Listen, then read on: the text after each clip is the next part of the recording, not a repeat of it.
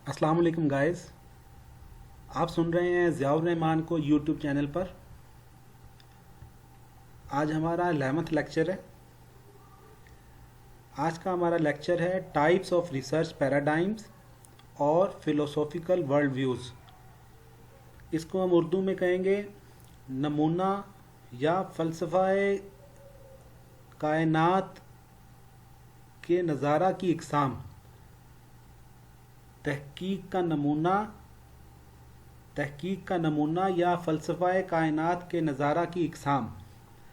अगर हम अपने 10th लेक्चर की तरफ नज़र दौड़ाएं तो इससे प्रीवियस लेक्चर में हमने डिफरेंस देखा था या समझने की कोशिश की थी कि रिसर्च पैराडाइम्स और फिलोसॉफिकल अजम्पशंस क्या हैं।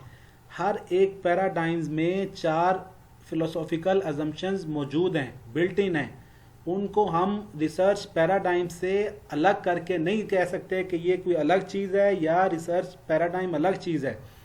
बेसिकली ये एक अप्रोच जो है, उस अप्रोच के अंदर कुछ सेट ऑफ प्रिंसिपल्स या सेट ऑफ रूल्स हैं। वो रूल्स उस पैराडाइम्स के लिए फिलोसॉफिकल अजम्पशंस कहलाते हैं। हमने उसके बाद रिसर्च पैराडाइम्स के फंडामेंटल प्रिंसिपल्स को देखा था और ये बात तय की थी कि किसी फंडामेंटल प्रिंसिपल में रियलिटी एक है और किसी में एक से ज़्यादा है। एक से ज़्यादा तरीक़ों से रियलिटी को बयान किया गया। किसी में रियलिटी को ये एक्सेप्ट किया गया कि वो हमारे नॉलेज से पहले एग्जिस्ट करती थी, और किसी प्रिंसिपल में, किसी अप्रोच में ये देखा गया, ये तय किया गया कि वो रियलिटी तब एग्जिस्ट किया जब ह्यूमन बीइंग्स को, जब दुनिया के बॉडी ऑफ नॉलेज में वो रियलिटी हमें पता चली कि ये रियलिटी है। इसी तरह किसी ख़ास किस्म की पैराडाइम में रिसर्चर के रोल के हवाले से बात हुई कि रिसर्चर क्या उस रिसर्च का पार्ट है या उस रिसर्च का पार्ट नहीं है, इनसाइडर है या आउटसाइडर है।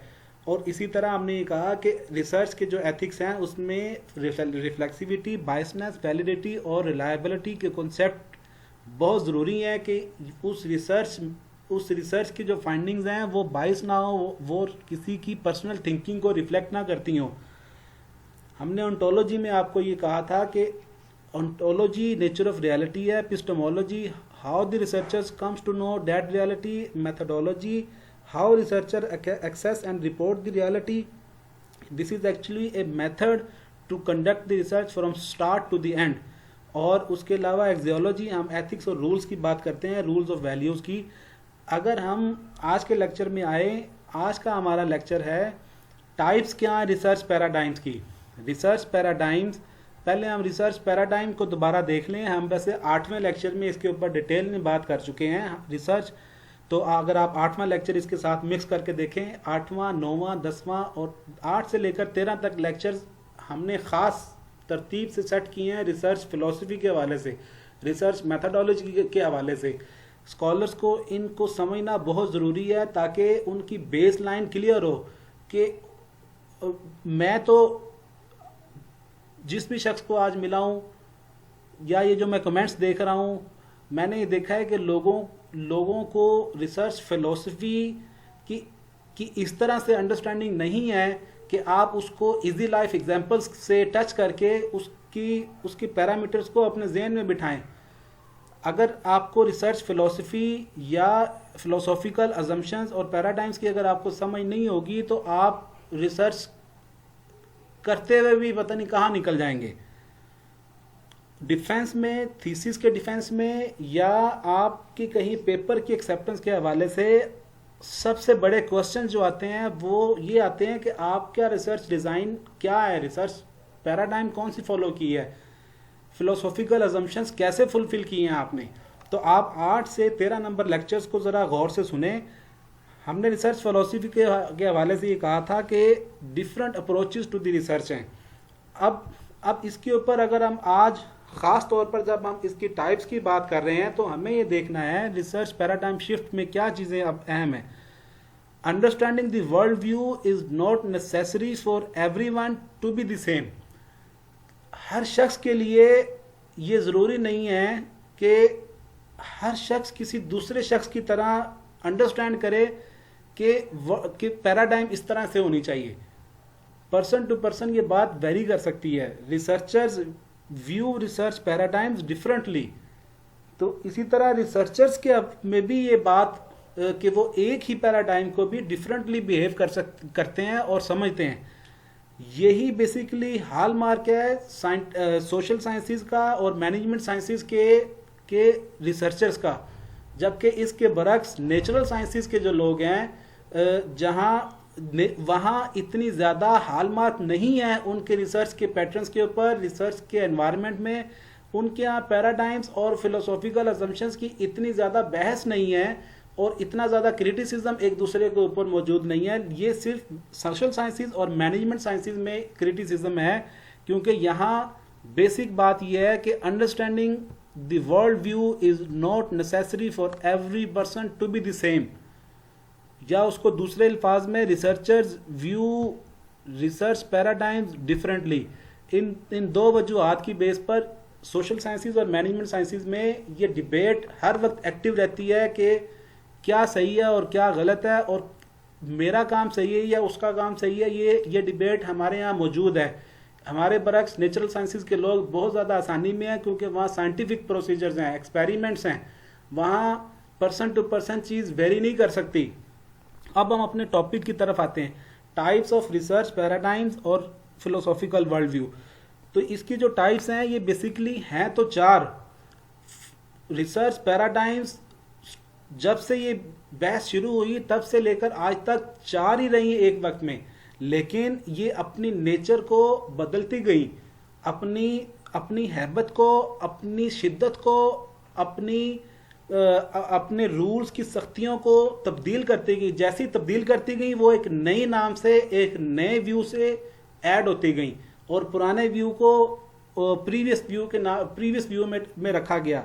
लेकिन इन 4 व्यूज को आपके सामने पेश करने का मकसद ये नहीं है कि जो फर्स्ट व्यू है वो आज एक्टिव नहीं है। फर्स्ट व्यू के स्कूल ऑफ थॉट्स के लोग आज रिसर्च नहीं कर सकते उस प्रिंसिपल्स के तहत। आज कोई रिसर्चर अगर रिसर्च करना चाहे तो इन 4 व्यूज में से किसी भी रिसर्च पैराडाइम को फॉलो करते हुए वो रिसर्च कर सकता है। यहाँ 4 व्यूज हैं और हर व्यू में 4 उसकी टाइप्स हैं। अगर हम फर्स्ट व्यू की बात करें तो पहले पॉजिटिविज्म था, पोस्ट पॉजिटिविज्म था, क्रिटिकल थ्योरी थी और कंस्ट्रक्टिविज्म था।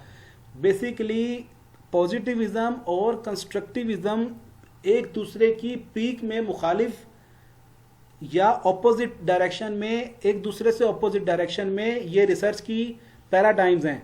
जबकि इसके अलावा, इन दोनों के अलावा बाकी जितने भी पैराडाइम्स हैं उसमें लॉजिक के साथ इनकी शिद्दत को किसी ना किसी हद तक, इन दोनों की पॉजिटिविज्म की और कंस्ट्रक्टिविज्म की शिद्दत को किसी ना किसी हद तक कम करके अपने आप को एक मिक्स या अपने आप को दोनों स्कूल ऑफ थॉट से या किसी दोनों में से किसी एक स्कूल ऑफ थॉट का कहा गया, लेकिन मैं इसकी इस शिद्दत को नहीं मानता, इस पीक को नहीं मानता, मैं इसकी इस हद तक की बात को मानता हूं, इसलिए मेरा ये वजूद है।